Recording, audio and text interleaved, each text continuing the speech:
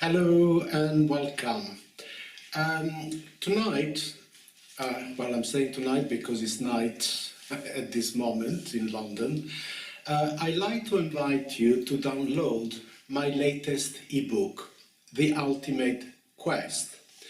Now, it's a free ebook and you can also distribute it freely on your website. What is this ebook? You see, I've now turned, or I'm turning 70 soon, and I was initiated into meditation and the spiritual life when I was 18 in Bodh Gaya, the place where the Buddha obtained his enlightenment in India. Now, I don't know, 52 years, something like that have passed, and I've been constantly on the path with various turns and ups and downs, but I've always been on the path, trying as well all kind of different techniques and exploring and studying different schools and so forth. Starting with Buddhism, but I went to Hinduism and Sufism, mystical Christianity, psychoanalysis, and ultimately cosmology, quantum cosmology, and of course as well I had a medical profession. Now, as the days are passing by, it just came to me, as I'm approaching more and more the time to depart to other, frontiers and places, I would like to leave something behind. I would like to leave this experience of 50 years and these realizations not as something to convince people of, or like a new path or some kind of new messiah, far from it.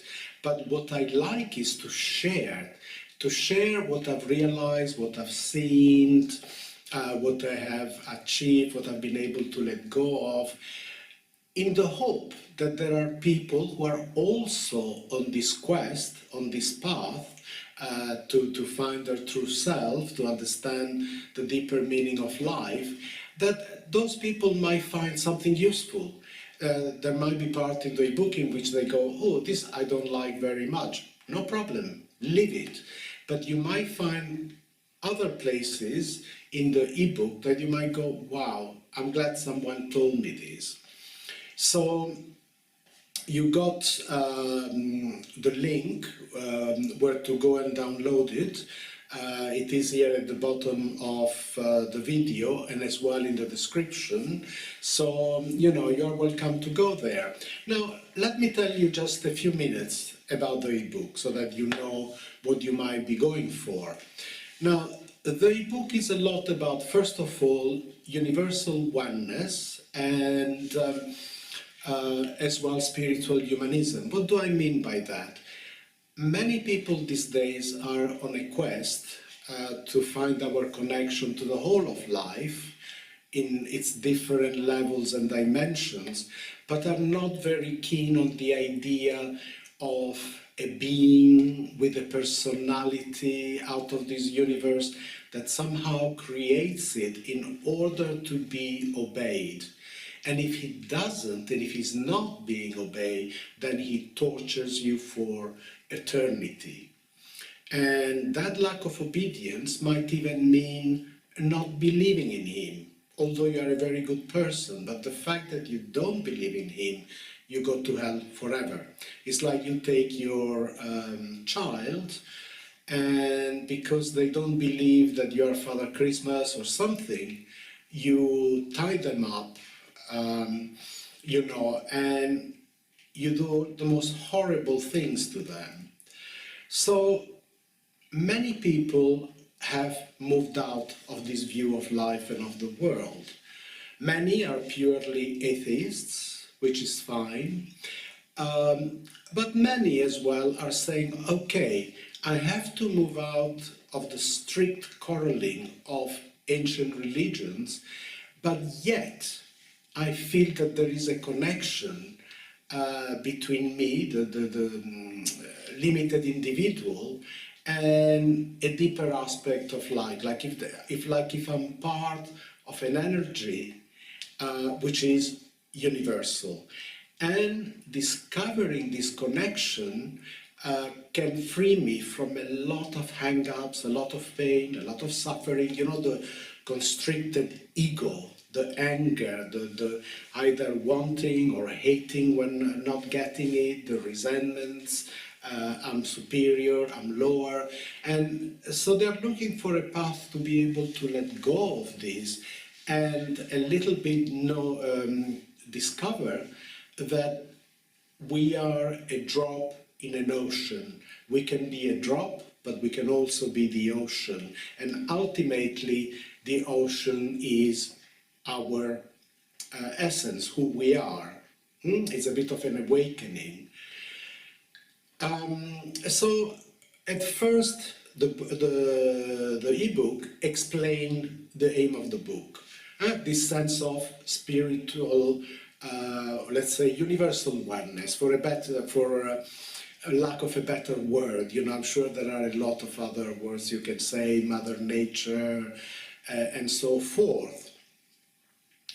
But as well, it talks of something which is spiritual humanism, and which is how to apply that oneness into our lives. So it means we go away from what I call the tyrant, someone that says, this is how it should be, this I have spoken it to somebody and they have told you all you have to know and it can never be changed. From this oneness, we move more into a society and into a moral system based on this sense of oneness. So, which is respect, which is love, which is caring for one another, but at the same time has the possibility of moving on, of growing, of more understanding, better understanding. For example, till a few hundred years ago, we thought animals, they are just there to be killed and used by us.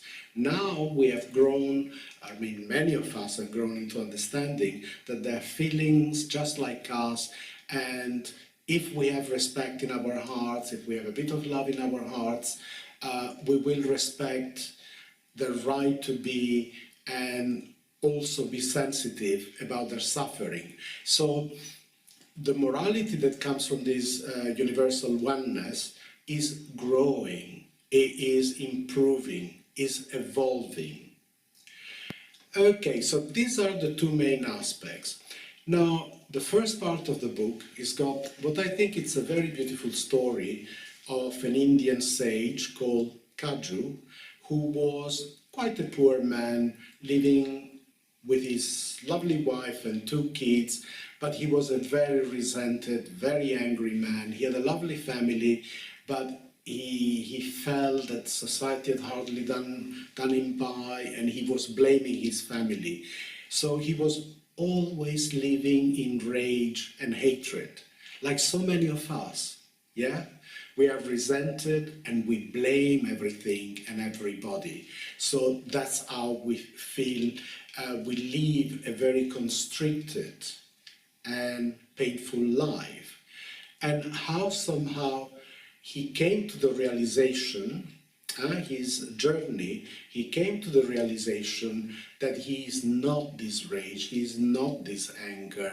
This was what his constrictive way of thinking, his constrictive ego was creating as a vision of the world, but that's not what it was. And then there was a sudden, very, very transformative opening of the heart, and he discovered the peace and love and serenity which really abided in him and which was his true nature, and how his life changed as a consequence of it. So it's very much what could be the journey of all of us in understanding how we tighten ourselves, how we create constrictures, and how we think that this is who we are and this is what life is. And this book offers you a possibility, a vision that that's just a wave in the lake, that's just a constriction, but although it is within you, but it is not who you truly are. And how to release that and how to suddenly awaken into your true nature. Very nice, isn't it? Okay, then I go through different other chapters. For example, I say, I don't believe spiritually that definitely there is life after death, and we all have to believe that, because to me, into this oneness, belief is not very important. Matter of fact, it's not important at all. What really matters is what you have in your heart, how you live your life, how you treat yourself, and how you treat others. So it's your openness that is very important. However, I go into the medical studies of near-death experiences, because those are very, very interesting.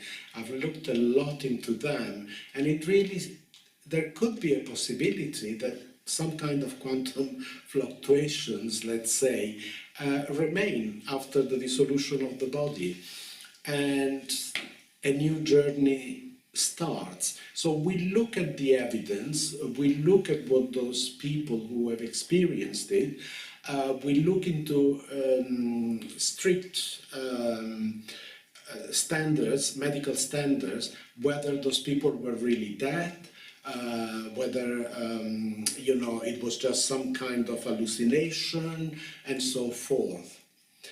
Then we go a little bit into the studies I did in these later years about quantum cosmology, and just how it a little bit reflects this vision of unity of life without becoming too mystical or projecting too many psychic bubble ideas, but really to talk that at the end we are all made of the same particles, and the smallest one came from the moment of the Big Bang, and we are all united by that, and those particles actually are just vibrations of energy. So is there a possibility that we can touch that reality? So we look into that. And then, I've written a little bit about the essence of some of the religions, which again bring us to this oneness and the path to this oneness. Because I don't think, it is something one day without having done nothing, you just wake up and you're enlightened. Might happen to some people, but otherwise it's a preparation, it's becoming ready for it, kind of thing. And so we look, for example, to Buddhism, and particularly how mindfulness and insight, meditations in Buddhism, can help us to know ourselves. Not ourselves here in the higher sense of the pure self, the Brahman, the absolute, but just to know and understand the tension we carry in our bodies and the patterns of hatred and enmity which are within us.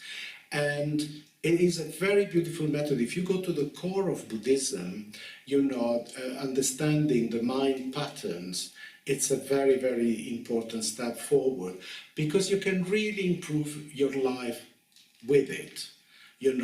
How am I coloring the experience of my life? And sometimes I think it's life being really nasty to me, but actually it's me being nasty to life. And that is a great realization. It's not a sense of guilt or thinking, oh, I'm horrible, but it's just, oh, I'm going to gradually let go of this, okay? So you have new energy, you have got a new vision, you've got new relationships, and so forth.